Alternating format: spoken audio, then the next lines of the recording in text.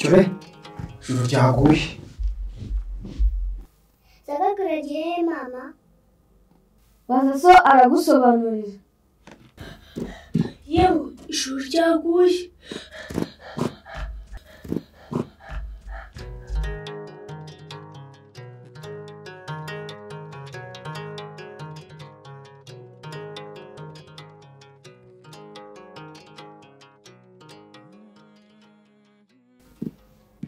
Urareba iki mu kirere mwana we?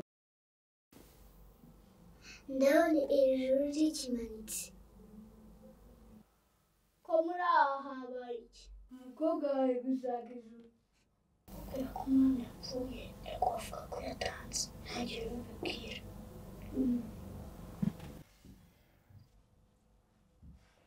Yemwe mwiriwe. Mwiriwe mute? Neza. Amakuru y'ibwami. Yewe ntayo umwami yatanze. Yewe sobanurira abuzukuru wawe ibijyanye na ntibavuga.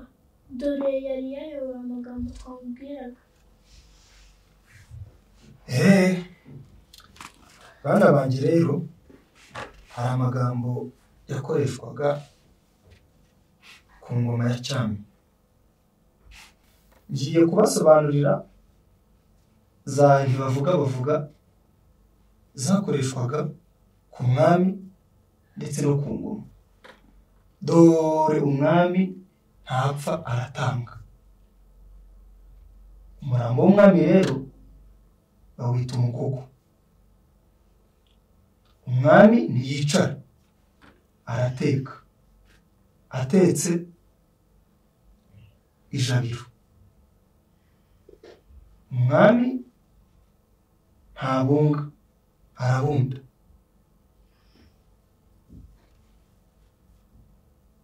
Umwami ntabyuka aribambura.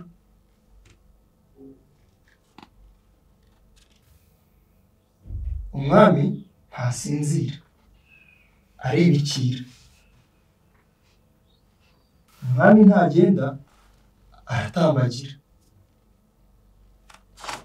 Umwami ntaba mu nzu aba mu ngoro.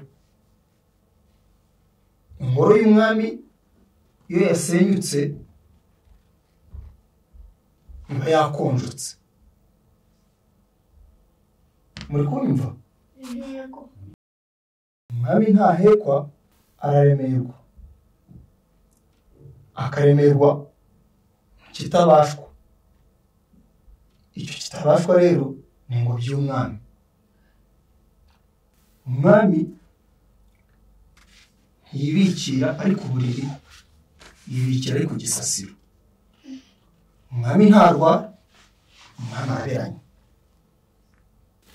Iyo yatanze bavuga ko ingoma zibikiye. Hakwimika undi mwami bakavuga ko ingoma zasetse. Mwanyumvise bana banjye? Yego. Izo rero ni za ntibavuga zijyanye no ku mwami no ku ngoma. Mureke ducumbikire hano, kadusoreze hano.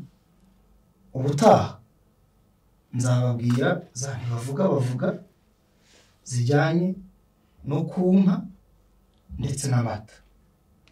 Kandi mujye gukina nanjye njye kuruhuka numva ntazi ibyamfashe mu mugongo banza ari imyaka y'ubusasa.